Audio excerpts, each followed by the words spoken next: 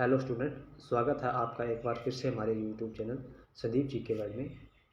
आज हमने क्या है एसएससी जीडी कांस्टेबल एग्ज़ाम 2024 के लिए प्रैक्टिस सेट 2, जिसके अंदर आपको मिलेंगे top 30 most important question GK GS math science Hindi and reasoning. हमारे इन प्रैक्टिस सेट के माध्यम से आपके जो तैयारी का लेवल है उसे और बेहतर करने का लक्ष्य है, तो आप हमारे साथ ज़रूर जुड़े और अपनी तैयारी को और बेहतर व मजबूत करें। तो चलिए स्टार्ट करते हैं आज का हमारा सेशन। फर्स्ट प्रश्न है हमारा, किसकी धार्मिक नीति का मूल उद्देश्य सार्वभौमिक सहिष्णुता था? तो राइट आंसर हो जाएगा अकबर का। सार्वभौमिक सहिष्णुता है, इसे सुलेह की नीति भी कहा जाता है। इसके साथ आप यह भी नोट कर लीजिएगा। नेक्स्ट क्वेश्चन है, छत्रपति शिवाजी महाराज के शैक्षणिक गुरु कौन थे? रामदास, कोंडदेव, संभाजी या गंगा भट्ट? तो कोंडदेव राइट आंसर हो जाएगा, इनके शैक्षणिक गुरु थे। राइट ऑप्शन हो गया बी। जबकि इनके आध्यात्मिक गुरु थे वो रामदास थे, और संभाजी है वो शिवाजी महाराज के पुत्र थे, और गंगा भट्ट है इन्होंने शिवाजी का जो राज्याभिषेक किया था 1776 ईस्वी में। नेक्स्ट क्वेश्चन है, भारतीय इतिहास में किंग मेकर्स कहा गया है?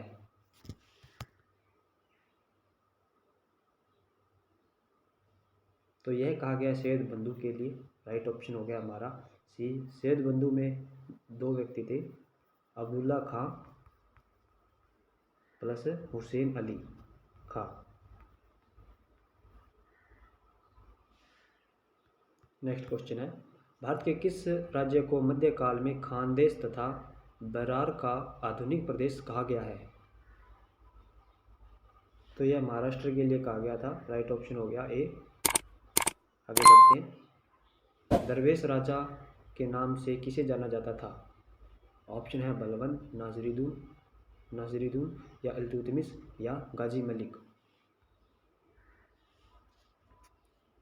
तो दरवेश राजा है ये नासिरुद्दीन के लिए कहा गया है। राइट ऑप्शन हो गया बी, ये इल्तुतमिश का पुत्र था। रजिया सुल्तान के बाद नासिरुद्दीन है, यह दिल्ली का वो शासक बनता है, और इसकी धार्मिक प्रवृत्ति के कारण लोग इसे दरवेश राजा के नाम से बुलाते थे। तो राइट ऑप्शन हो गया बी। नेक्स्ट है, अलाउद्दीन खिलजी ने चित्तौड़गढ़ पर आक्रमण कब किया था?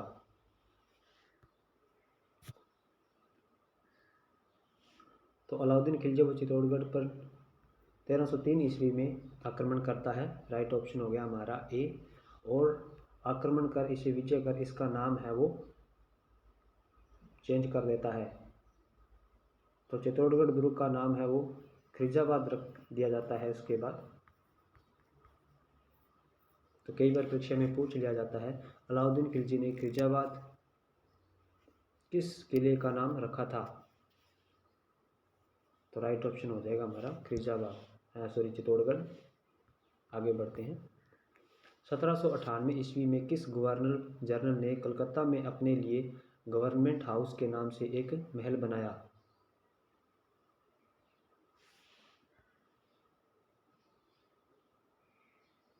तो वह हो जाएगा लॉर्ड बेलेस्ली। राइट ऑप्शन हो गया पी। नेक्स्ट है, अंग्रेजों द्वारा फोर्ट सेंट जॉर्ज नामक अपना पहला किला कहाँ बनाया गया था? ऑप्शन है मद्रास में, कलकत्ता में, चेन्नई या केरल में। तो यह मद्रास में बनाया जाता है। राइट ऑप्शन हो गया ए। नेक्स्ट क्वेश्चन है, शिमला हिल स्टेशन की स्थापना किस युद्ध के दौरान की गई?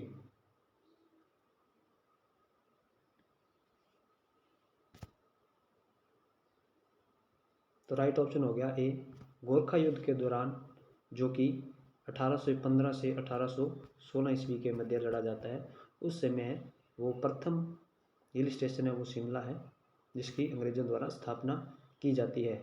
जबकि अंग्रेज व मराठा युद्ध के समय 1816 के अंदर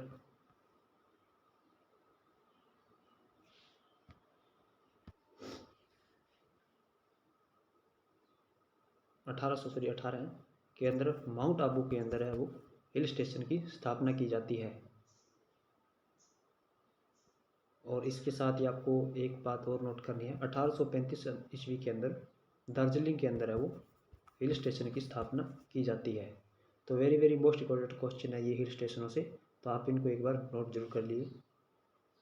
आगे बढ़ते हैं।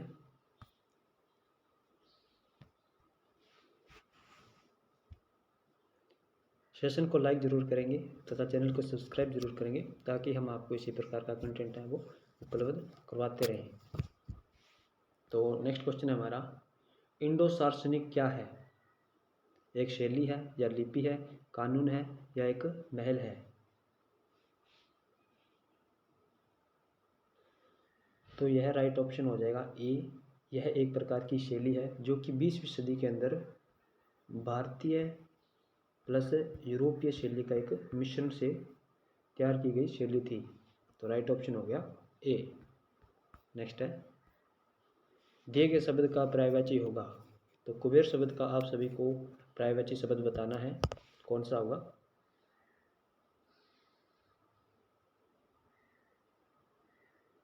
तो यक्षराज इस क्वेश्चन का राइट आंसर हो जाएगा। राइट ऑप्शन हो गया डी। यक्षराज है वो कुबेर का पर्यायवाची शब्द होगा। जबकि गिरिराज के जो पर्यायवाची शब्द होंगे वो भी आप नोट कर लीजिएगा, वो होंगे पर्वतराज, हिमाद्री या हिमालय। और यमराज के होंगे धर्मराज, काल,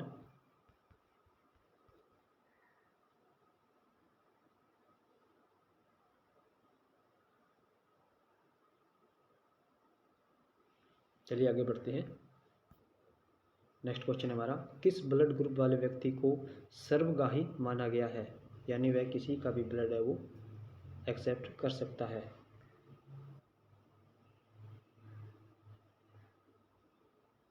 तो राइट ऑप्शन हो गया A B positive. Option number C इस क्वेश्चन का एकदम से राइट आंसर है। जबकि यूनिवर्सल डोनर है वो ओ नेगेटिव के लिए कहा गया है, यूनिवर्सल डोनर।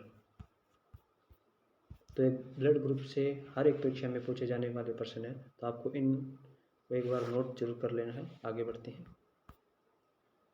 दिए गए वाक्यांश के लिए एक शब्द चुनिए। रात को घूमने वाला होता है शनिचर, खगचर, दिनचर या निशाचर।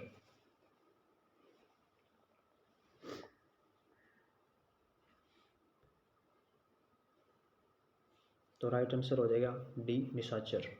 नेक्स्ट क्वेश्चन है, प्राकृतिक रबर का मुख्य घटक है? तो राइट ऑप्शन हो गया ए आइसोप्रीन है वो प्राकृतिक रबर का मुख्य घटक है। नेक्स्ट है, पाइरोलूसाइट ऐसक है एल्यूमिनियम का, मैग्नीज का, शीशे का या पिन ब्लेड का? तो पाइरोलूसाइड है वो मैग्नीज का ऐसक हो जाएगा, राइट ऑप्शन बी। जबकि एल्यूमिनियम का बॉक्साइट ऐसक है। और गैलेना शीशे या लेड का ऐसक है। और यूरेनियम है वो पिन ब्लेड का ऐसक है। तो ये कुछ महत्वपूर्ण ऐसक है, इनको भी आप एक बार जरूर देख लें। नेक्स्ट है, भोजन को ऊर्जा में बदला जाता है?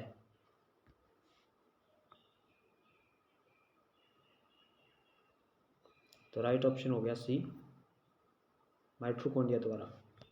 नेक्स्ट क्वेश्चन है, अपने मुँह मिट्ठू बनना मुहावरे का अर्थ है? तो इसका राइट आंसर हो जाएगा सी अपनी प्रशंसा है वो सव्य करना। इस मुहावरे का राइट आंसर हो गया ऑप्शन नंबर सी। नेक्स्ट है, विश्व पर्यटन दिवस किस दिन मनाया जाता है? तो विश्व पर्यटन दिवस है वो 27 सितंबर को मनाया जाता है। राइट ऑप्शन हो गया हमारा ए। जबकि विश्व ओजोन संरक्षण दिवस है वो सितंबर 16 को मनाया जाता है। और 8 अक्टूबर को वायुसेना दिवस है वो मनाया जाता है।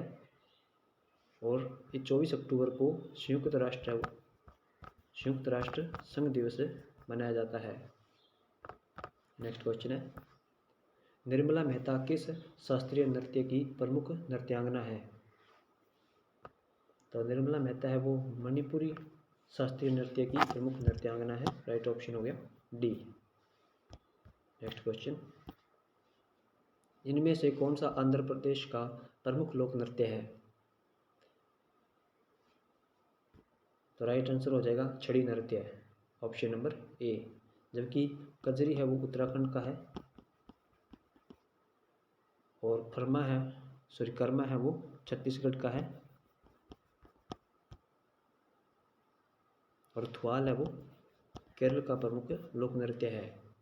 नेक्स्ट क्वेश्चन, भारतीय प्रभात का तारा कहा जाता है? तो भारतीय प्रभात का तारा है वो कहा जाता है, राइट ऑप्शन हो गया डी, राजा राममोहन राय के लिए। नेक्स्ट क्वेश्चन, बादामी के चालुक्य वंश का वास्तविक संस्थापक कौन था? जयसिंह, रणराम, पुलकेशिन प्रथम या राजेंद्र प्रथम? तो इसका राइट आंसर हो गया पुलकेशिन प्रथम है वो बादामी के चालुक्य वंश का वास्तविक संस्थापक है माना जाता है। Right option C. नेक्स्ट है, वाटरलू का युद्ध किस वर्ष हुआ था?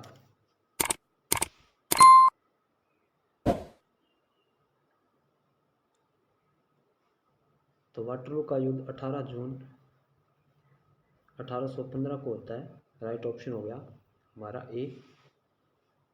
और यह युद्ध है वो नेपोलियन का अंतिम युद्ध है माना जाता है, क्योंकि इस युद्ध के बाद इसे बंदी बना लिया गया तथा इसे सेंट हेलेना द्वीप पर भेज दिया गया, जहां इसकी 52 वर्ष की आयु में मृत्यु हो गई थी। तो राइट ऑप्शन हो गया ए।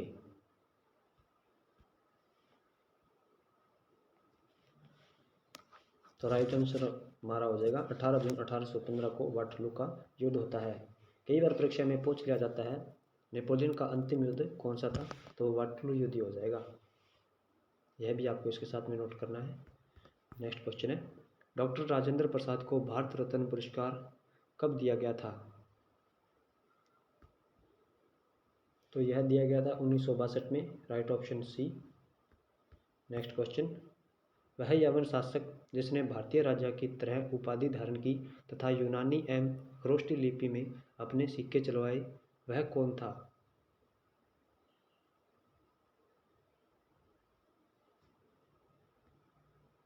तो इस क्वेश्चन का राइट आंसर हो जाएगा बी, डेमेट्रियस द्वितीय है यवन का वह शासक जिसने भारतीय राजा की तरह ही उपाधियां धारण की तथा यूनानी एवं खरोष्टी लिपि में अपने सिक्के चलाए। Right option B. Next question है, दिव्यदान के अनुसार अशोक को बौद्ध धर्म में किसने दीक्षित किया था? तो उपगुप्त के द्वारा अशोक को बौद्ध धर्म में दीक्षित किया जाता है। राइट ऑप्शन हो गया ए इस क्वेश्चन का एकदम से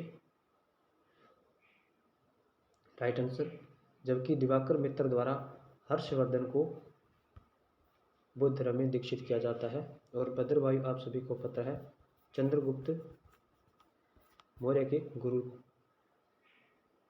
थे, जिन्होंने बुद्ध धर्म की दीक्षा दी थी चंद्रगुप्त मौर्य को।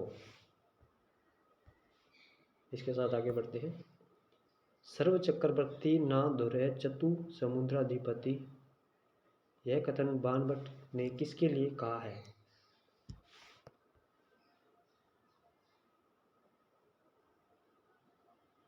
तो राइट आंसर हो गया ऑप्शन नंबर डी, हर्षवर्धन के लिए। कई बार परीक्षा में पूछ लिया जाता है वेन-सांग ने पंच भारत का स्वामी किसके लिए कहा है? तो यह भी हर्षवर्धन के लिए कहा है। यह दोनों ही पॉइंट आपको नोट करने हैं। नेक्स्ट क्वेश्चन है, एक वस्तु को 15% की छूट देने के पश्चात 4777 रुपये में बेचा गया है, वस्तु का अंकित मूल्य क्या होगा? तो मान लीजिए वह वस्तु 100 रुपये की है, जिसमें से 15% की छूट दी जाती है, और उस वस्तु का जो मूल्य हो जाएगा वो 4777 हो जाएगा। तो इसे जब हम हल करेंगे तो उस वस्तु का अंकित मूल्य हमें प्राप्त हो जाएगा। तो जब हम 15% की छूट देंगे तो यह 85% हो जाएगा वस्तु का अंकित हुआ जो मूल्य, और जो 85 की वैल्यू है वो हमें दी हुई है। तो जब हम इसे हल करेंगे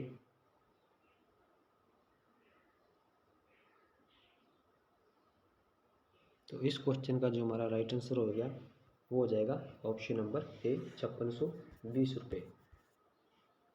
आप इसे काट लीजिए। नेक्स्ट क्वेश्चन है, निम्न में से उस संख्या की पहचान कीजिए जो अन्य से किसी प्रकार भिन्न है। तो वह संख्या आपको पहचाननी है कि कौन सी होगी।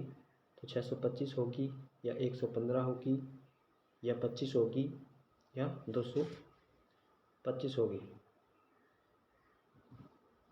तो इस प्रश्न में देखिए आप, 625 है वो 25 का स्क्वायर है, और 25 है वो 5 का स्क्वायर है, और 225 है वो 15 का स्क्वायर है, जबकि 115 है वो किसी का स्क्वायर नहीं है। तो इस क्वेश्चन का राइट आंसर हो जाएगा 115। नेक्स्ट क्वेश्चन, यदि रोहित है वो 1188 किलोमीटर की दूरी 22 घंटे में तय कर सकता है तो रोहित की चाल क्या होगी। तो आप सभी को फॉर्मूला पता है कौन सा होगा इसके अंदर। तो चाल बराबर दूरी बटा समय होगा फॉर्मूला, जिससे हमें रोहित की चाल याद कर सकते हैं। तो चाल हमें निकालनी है, दूरी हमें कितनी दी है 1188 किलोमीटर, और समय है वो हमें कितना दिया है 22 घंटे दिया है। तो आप इसे काटेंगे तो हमारा आंसर आ जाएगा 54, जो कि प्रति किलोमीटर के हिसाब से इसकी चाल होगी। हमें इसे मीटर सेकंड में कन्वर्ट करना है। तो किलोमीटर प्रति घंटा की चाल को मीटर सेकंड में ज्ञात करने के लिए हमें इसे 5/18 से गुणा करना होगा। तो 18 से 54 जाएगा 3 बार, और 3 का 5 से गुणा होगा 15। तो 15 मीटर सेकंड है वो रोहित की चाल होगी। राइट ऑप्शन हो गया डी।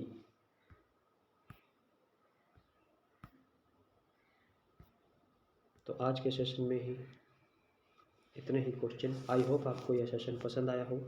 अगर पसंद आया तो आप इस वीडियो को लाइक जरूर करेंगे तथा चैनल को सब्सक्राइब करें, ताकि हम आपको इसी प्रकार का कंटेंट है वो उपलब्ध कराते रहें और आपकी तैयारी को और मजबूत से मजबूत कर पाएँ। जिस प्रकार हमने दिल्ली पुलिस के लिए आपको बेहतर से बेहतर कंटेंट दिया, और जो हमने पढ़ाया उसमें से कुछ क्वेश्चन है वो परीक्षा में भी आए थे। तो उसी प्रकार हमें एसएससी में भी आपको, एसएससी जीडी में भी आपको उसी प्रकार का कंटेंट है वो देना चाहते हैं। तो उसके लिए आप हमारे साथ ज़रूर जुड़िए। Thank you.